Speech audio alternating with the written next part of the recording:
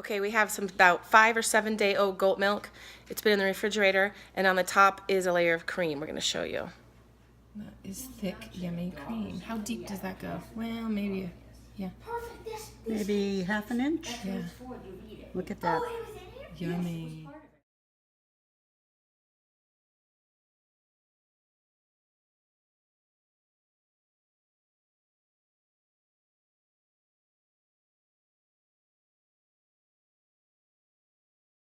One more degree. Need to get it to 86 degrees. So we're at 84 almost, yep. Sprinkling the culture on. We'll take this off and stir, stir, stir. Soak. We're going to let it multiply and let the culture do its magic for 1 hour. All right, there's our minute. Okay. So for an hour, nice. And now we are mixing Half a teaspoon of rennet with half a cup of cool water.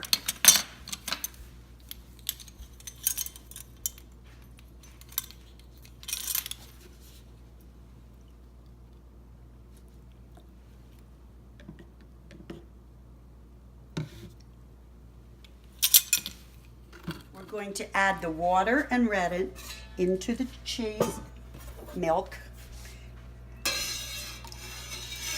And I'm going to stir.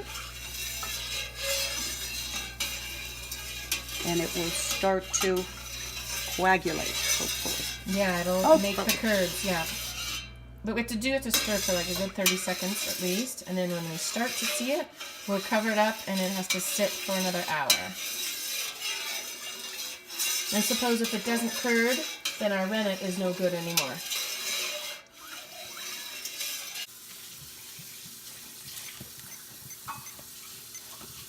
One more hour with the rennet in, so it'll coagulate and make curds.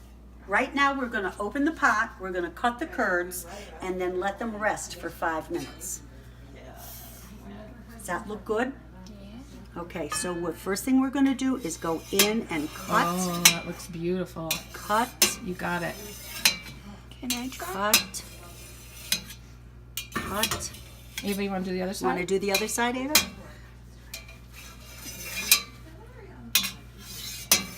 Beautiful, those curds. Ooh. Okay, so then you're going to go the other way. Yeah. Nice. It's hard because they turn, right? Yes. But you're making cubes. Perfect.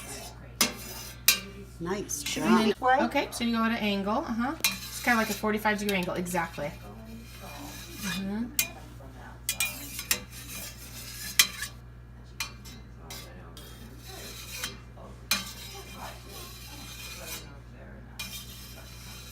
You want to go that way, Ava? Other way.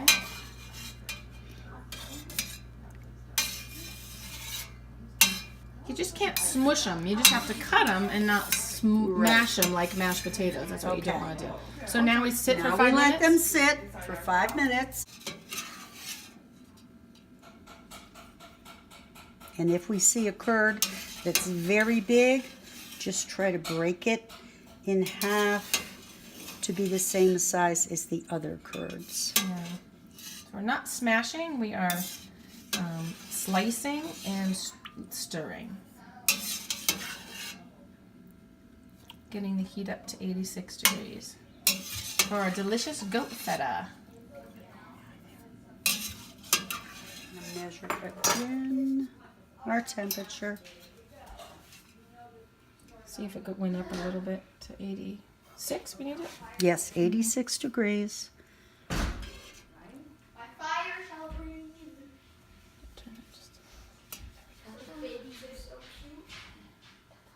All right, so we do have the heat on to get it up because now we're cooking the curds for 15 minutes. Stirring every 5 minutes and cooking them at 86 degrees. We've got to get it up just a little bit more. I'm going to open the pot and we're going to do one more stir. Look at how the whey has come to the top. We're going to, again, very gently, bottom to top, stir the cheese. Don't want to break it. Just want to stir it up. when in 5 minutes is going to be to put the cheese into the colander. So we're going to line the colander with a single layer of cheesecloth. And then we're going to put this colander into a pot. And the cheese curds will stay in here. The whey will go to the bottom. Open the pot, and we're very carefully going to pick it up, and we're going to transfer the contents into the lined colander. There goes the whey. Slowly, slowly. And here comes the curds.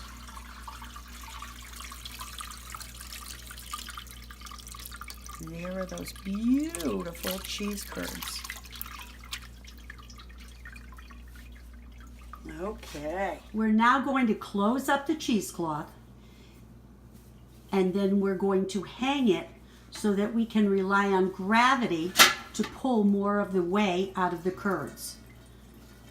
Tracy's devised a hanging system so that she can leave the pot under the curds, collect the whey that is going to drip out, and leave us with simple cheese curds. So she's tying off the cheesecloth, and then she's going to hang it, and it's going to hang for 4 to 6 hours and leave us with our nice moist but whey-free cheese curds. So there's our whey in the bottom of the pot. You can see it dripping. Let's see how much we have. Oh my, See? look. Wow. Can we go in, see? Yeah. Yep. That's for our the chickens. It's been about 3 hours, but we like our cheese more moist, so we're going to take it down now. The whey is in the pot down here, which we're going to leave. We're going to bring it over to a large glass container, like a 9 by 13 glass baking sheet. We're going to open it up. Let's see what it looks like. Oh, look at that. Okay, see our cheese? We're going to pick it up, take the cheesecloth out, and then we're going to slice it. So we've now got 6 very nice slices of cheese, which we will now get ready and salt. We're going to measure out some canning or pickling salt. They call for cheese salt, but we've had luck with this. We're going to measure out 1.5 tablespoons.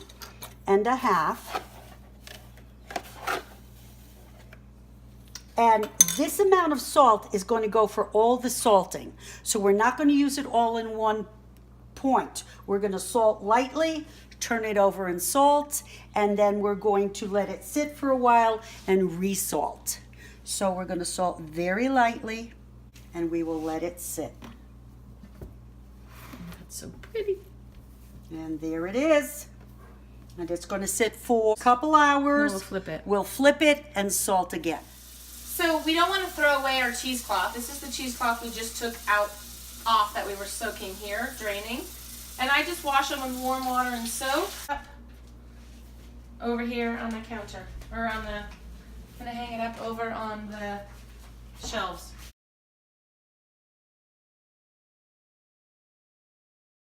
This is the whey that came from our cheese making, and what we're going to do, everything is useful, so we're going to feed the whey to the chickens, who are going to be absolutely happy to have it. Here we go. It's been about 3 hours, and we had put our cheese curds in the pan and salted them. So now we're going to look and see what they look like after we've let them sit at room temperature. And if you can see, Oh, there comes the water. Yep. okay, it's More whey. taking some whey and some water out of them. So now and just take that water out.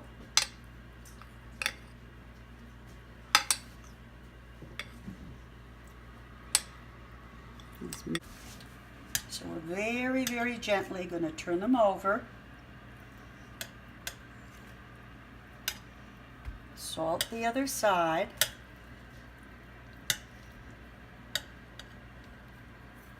Actually, I'm going to use the flat side. That'll help me.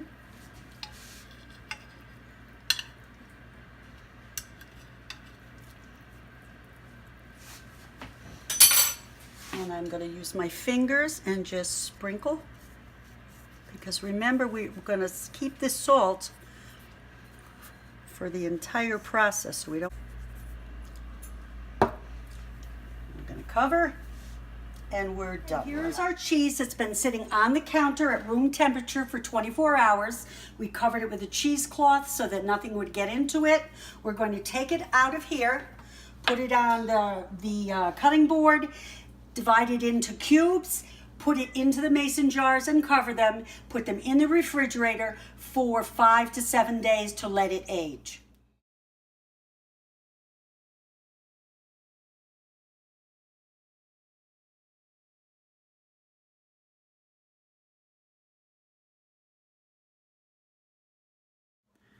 So we have, Tim just told me to put makeup on for the video.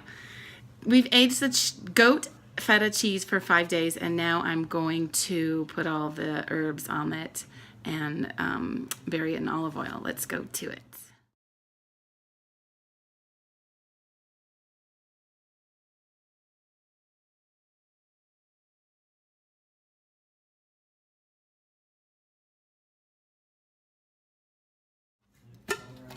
So if you want all of your cheese, after you wash your hands, if you want all of your cheese with the same herbs, then you put them all into what I do is a glass pan. Because that way when we put the herbs on, we can get all of it.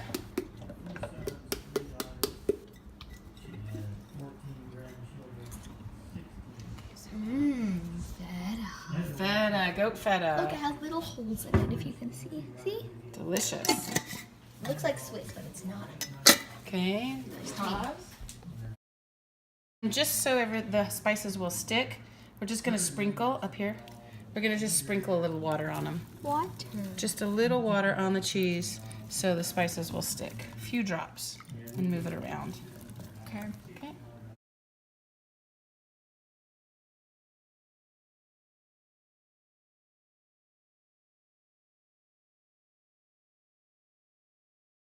So you can use any of your favorite spices and see how it's all around the cheese, not just on the one side. So that's the benefit of pushing it all around in the lasagna dish. And so then after that, you can add whatever other tasty morsels you like into the jars. You can also layer it if you like, or just put it on the top. I also like to do some with jalapenos, but why it's nice is because you can take them out and eat them on the crackers with the cheese right at the same moment. It's delicious. It is delicious. Okay. So we do organic, extra virgin olive oil. And some bad habits that you may have that may reduce yours, or a reaction that you may have. So you have to entirely cover the cheese all the way to the top because that's what preserves the cheese. And then you don't need to refrigerate it. Ava cannot wait to taste it. Go ahead. I won't try to dissuade you from that because if you think about it, it does actually make sense. Drip, That drip, it drip. saves those milliseconds in time. Good. You'd eat the whole jar, wouldn't you? If you let me. I tasted that feta. It's perfectly salted, lightly seasoned. So next time I think I'll put some jalapenos in it. You can alternate with olives in the jar, black and green. I'll do the next batch I'll mix with olives and jalapenos.